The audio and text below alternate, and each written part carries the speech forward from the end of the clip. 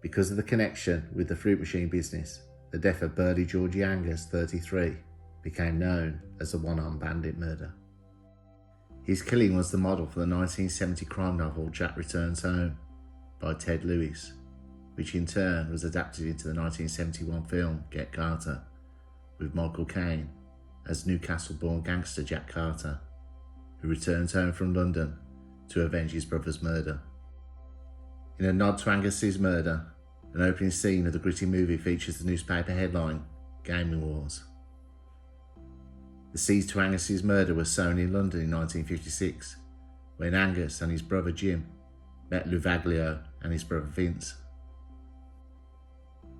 At the time, Vince was running a successful business fitting TV aerials and converting sets to receive ITV as well as BBC. He and Louvaglio quickly befriended Angus, who joined their expanding business soon afterwards.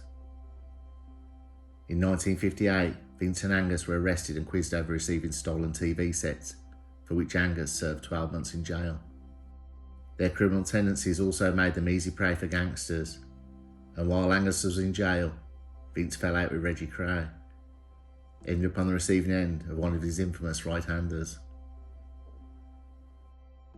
At the same time, Louvaglio had a visit from the two bruisers, who threatened him with cutthroat razors unless he began paying insurance. The Louvaglio brothers fled overnight to Newcastle, which Vince had previously visited, where he noticed that the area's social clubs did not have jukeboxes, pin tables or gaming machines. Vince changed his surname to Lander and set up a company, Social Club Services, with his brother and Angus to supply machines. They quickly hit the jackpot. Soon Lander was driving a white Rolls Royce, owned a villa in Mallorca, and lived with his wife and 6 children in a manor house, Drydale Hall, which later featured in Get Carter as the home of gangster Cyril Kinnear. Louvaglio moved into a hunting lodge on his brother's estate. Womanizer Angus had a harem of women and was having affairs with 2 sisters behind his new wife's back, but the shadow of London's underworld was never far from their activities. In June 1966, Stafford, a playboy gangster who had grown up a few streets from the Crays in Bethnal Green, East London, arrived in Newcastle to manage Lander's club, the Piccadilly. By late 1966, Louvaglios and Angus were planning to float their company, which was valued at £8 million, the equivalent of around $135 million today. However, it was not to be. The trio spent that Christmas with their families at Lander's villa in Mallorca, returned to London on January 2nd, 1967. The next day, Louvaglio and Angus went to Newcastle, while Lander returned to Mallorca, claiming his son had suddenly fallen ill. Because Stafford's car was being repaired, Lander lent him his E-Type Jaguar. At 11:15 on January the 4th, Angus left Newcastle's La Dolce Vita nightclub to meet Louvaglio and Stafford at the city's Birdcage Club, but they never arrived. 5 hours later, 16 miles away, miner Tom Leake was on his way home from a night shift at South Hetton Colliery when he saw Angus's body slumped on the back seat of his new red Jaguar, which Louvaglio had recently given him as a present. The car was parked in Pespall Railway Bridge on the main A128 that passes through the mining village. The driver's window had been wound down and the glass on the rear of the side had been shattered. The front of the car was damaged and its side lights were on, though fading. At first, Tom thought the heavily built, bearded occupant in the dark blue Burton overcoat was asleep, but he quickly realised he was dead, and he ran to a phone box to call the police. Angus had been shot 3 times at point-blank range. In the chest, left shoulder, and right forearm. Crucially, the body's temperature was not taken until the post-mortem was carried out the following lunchtime. Because of the freezing weather and open car windows, the time of death was impossible to establish. At 10 p.m. that night, police brought Louvaglio and Stafford for questioning after an ominous tip-off that the E-Type had been taken to a garage for repairs to a damaged rear bumper with red paint marks on it. Police believed Angus had been executed because he was siphoning off £1,000 a week in fruit machine takings. The following night, they charged Lavaglio and Stafford with his murder. No forensic evidence linked the man to the murder. Their fingerprints were not in Angus's car, and the murder weapon was never found. Timings of their movements were hotly disputed, with Lavaglio and Stafford having alibis for all but 45 minutes of that night. At their trial 2 months later at Newcastle Crown Court, the prosecution said that Angus was shot at 11:50 p.m. opposite Burnip's farm on the A182.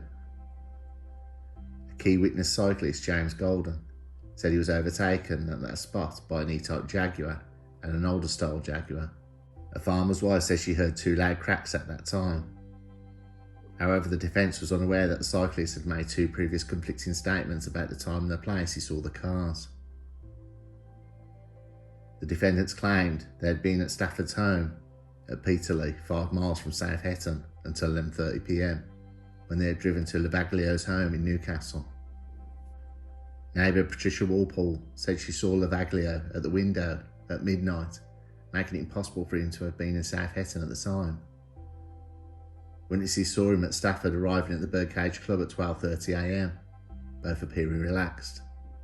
When Angus failed to turn up after an hour, Lavaglio called Angus's mistress to find out where he was. At about 2 a.m, Stafford went outside to the E-type to fetch cigarettes and says he noticed the damage on the car for the first time. Doorman Matthew Dean said he saw tracks in the snow around the rear of the car. Lavaglio says police offered him immunity if he gave evidence that Stafford had left him that night for a period, but he refused. Lander turned up in Newcastle on the day his brother was charged, but fled the country after the trial and stayed on the run for 12 years, returning when he decided the coast was clear. He lost his fortune and died alone and broke in 2011, aged 78, in a flat in Chelmsford, Essex, where his body lay undiscovered for 3 weeks. He had not spoken to his brother since 1979, soon after his release. Lavaglio said, "We mustn't forget Angus on this. On the 50th anniversary of his death, I remember him in my own way, as I do every year. He was my friend and my family, and friends have also suffered indescribably as a result of his murder. I don't want to add to their pain, and I understand how hard it must be for them at this time, but I am innocent of his murder, and whoever is responsible has got away with it, while we all have suffered."